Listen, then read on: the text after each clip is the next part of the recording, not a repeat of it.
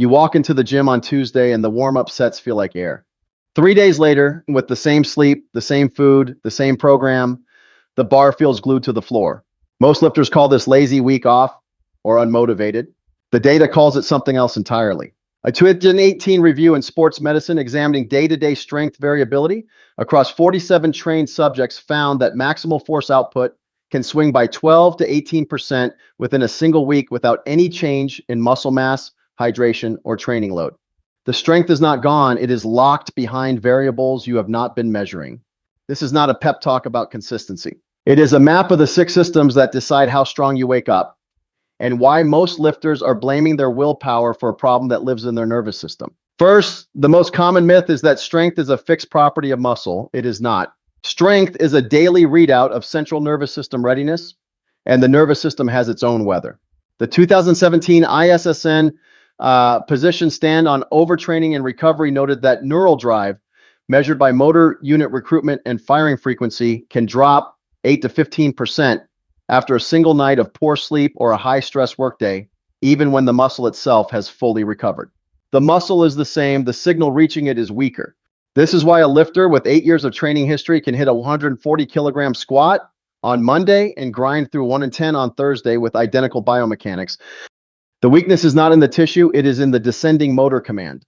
Cortisol, when chronically elevated above roughly 18 micrograms per deciliter in the morning, suppresses motor cortex excitability and reduces voluntary activation by a measurable 5 to 10%. You feel this as a heavy bar, not as fatigue. The body is not broken, it is gain stage down. The first fix is to stop interpreting weekdays as a character flaw and start logging them as data. A weekday after a stressful workday with 5 hours of sleep is not weakness. It is a system functioning correctly under suppressed input. If you find this useful, subscribe and stay through the next 5 arguments, because the third one explains why your strongest day usually comes 48 hours after a session you thought went badly. Second, glycogen status drives more of your perceived strength than most lifters realize. Muscle glycogen is the primary fuel for sets in the 6 to 30 rep range, and a depleted muscle does not just fatigue faster, it feels heavier from the first repetition. Research from Bergstrom in the 1960s, replicated repeatedly through the 2010s, established that a fully glycogen-loaded muscle stores roughly 400 grams of carbohydrate across the body, while a depleted muscle holds closer to 150. That difference of 250 grams is not just energy, it is also water. Each gram of glycogen binds approximately 3 grams of water inside the muscle cell, increasing intracellular volume and mechanical stiffness, both of which contribute to the sensation of being strong. A lifter who ate 180 grams of carbohydrate yesterday and 90 grams today walks into the gym carrying roughly 1-2 kilograms less intramuscular water and feeling visibly flatter. The bar genuinely is harder to move because the lever system around the joint has less passive tension.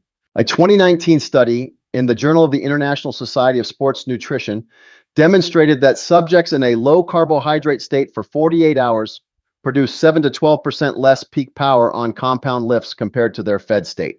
Same training age, same muscle mass, different fuel. The fix is to track carbohydrate intake the day before key sessions and aim for a minimum of 4 grams per kilogram of body weight in the 24 hours preceding heavy work. Third, sleep architecture matters more than sleep duration, and this is where most lifters lose strength without ever knowing it. Total sleep time is the number people track. Slow wave sleep, the deep restorative phase, is the number that predicts next day force output. The 2020 review by Walker and colleagues in Nature Reviews Neuroscience showed that growth hormone, which peaks during slow wave sleep, drives roughly 70% of overnight muscle protein synthesis. Disrupted slow wave sleep, even when total sleep duration is preserved, reduces overnight growth hormone secretion by 30 to 70%. This means a lifter who slept 8 hours but woke up 4 times had less anabolic recovery than a lifter who slept 6 uninterrupted hours. The first lifter feels weak the next morning and cannot understand why. They counted the hours and the hours looked correct. What they did not count was the fragmentation.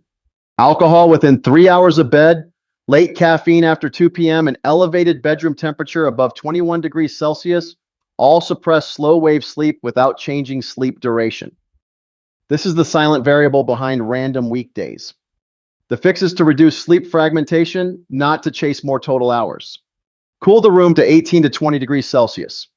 Cut caffeine 8 hours before bed, stop counting hours, and start tracking continuity. Fourth, the long-term cost of ignoring these variables compounds in a way most lifters never connect. Stuart Phillips at McMaster University has shown that strength progression in trained lifters follows a noise to signal ratio. The signal is the actual adaptation from progressive overload. The noise is daily fluctuation from sleep, stress, fueling, and hydration. When noise exceeds 15% of baseline output, the lifter cannot reliably detect signal. They add 5 kilograms to the bar, fail it, blame the program, and revert. They are not detecting a real strength deficit. They are detecting noise. Over 6 months, this misreading produces a measurable training stall that has nothing to do with programming.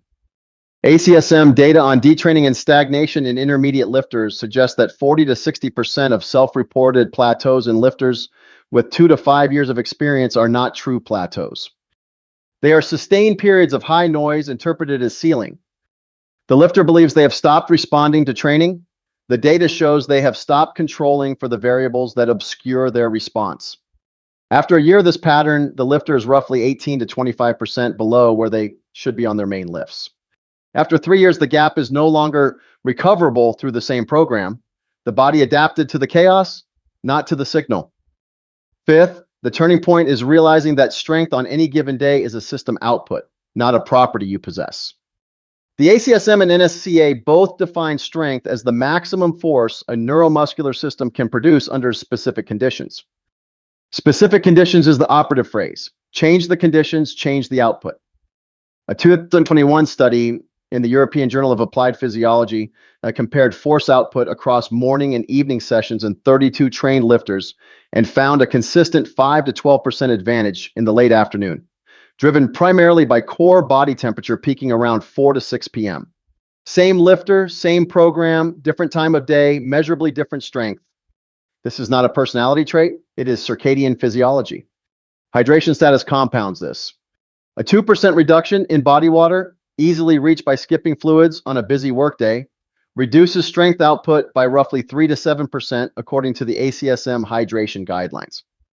The lifter who walks into a 6 a.m. session dehydrated with poor sleep continuity and a depleted glycogen state is asking their nervous system to produce a near maximal output through 3 suppressed inputs simultaneously. The bar feels impossible because the system is producing exactly what the inputs allow.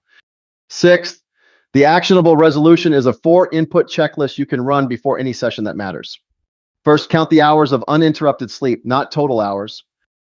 If you woke up more than twice or slept fewer than 6 continuous hours, expect a 5 to 10% strength reduction and program lighter accessory work, not heavy compounds.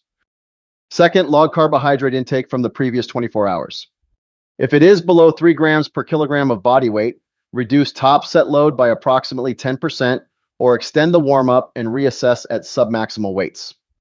Third, weigh yourself in the morning.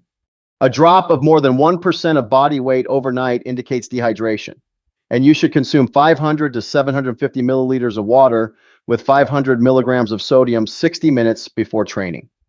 Fourth, assess subjective stress on a 1 to 10 scale before warming up. If you are at 7 or above, reduce volume by 20 to 30% and prioritize movement quality over load. None of this requires expensive equipment. It requires a notebook and 4 minutes before the first set. A lifter who runs this checklist for 12 weeks will see their bar speed at submaximal loads become a reliable predictor of session quality, and the random weekdays will collapse into a pattern they can read in advance. The 12 to 18% weekly swing is not a flaw in your discipline. It is a readout of inputs you have not been measuring. The bar that felt glued to the floor on Thursday was telling you something specific, and now you know how to listen.